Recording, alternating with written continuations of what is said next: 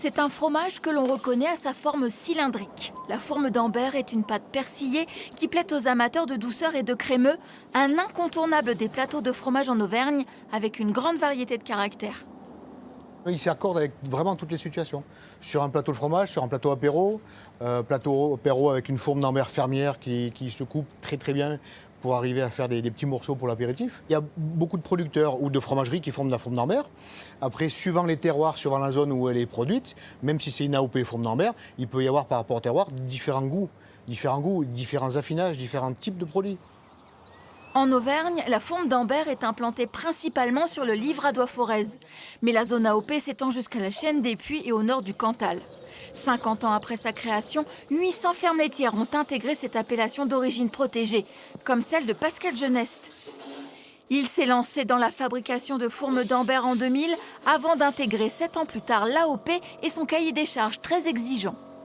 On a fait des trous à l'intérieur du fromage, voilà, avec des aiguilles.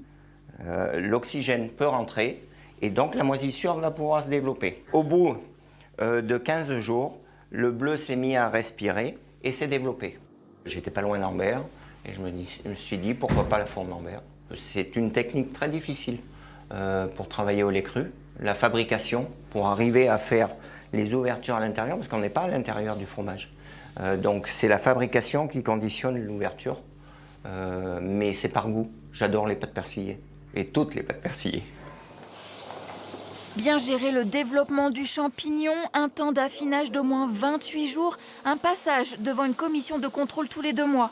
Le cahier des charges de l'AOP n'a cessé de se renforcer au fil des années. Il s'intéresse même aujourd'hui à la nourriture des vaches, de l'herbe et du foin principalement, et pas d'OGM. L'AOP, c'est un garant de qualité. Moi, j'appelle ça la Rolls-Royce de la qualité dès qu'on en est rentré dans une AOP, quoi. La fourme, on va dire ordinaire, est connue sur notre secteur, mais si on veut faire de l'exportation, si on veut faire vendre même plus loin en France, fourme d'Ambert est connue.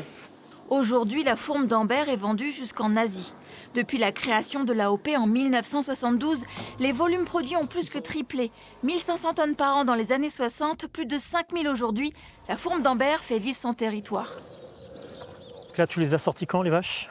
Et on les a sortis le 15 mars. Comme on impose que tout est fait sur l'aire d'appellation, on va avoir des exploitations qui vont être là, mais on va avoir également des familles qui sont issues de ces exploitations qui vont être là. On va également avoir des fromageries et donc des salariés qui vont travailler dans ces fromageries. Donc on a tout un écosystème économique qui va être présent et qui va faire vivre ces territoires. Après, vous avez également un impact paysager, vous avez un impact environnemental, puisque en pâturant, les vaches, elles vont entretenir le paysage également. Une AOP qui va continuer d'évoluer, il est question d'intégrer à l'avenir dans le cahier des charges plus de critères moraux ou environnementaux, comme le bien-être animal.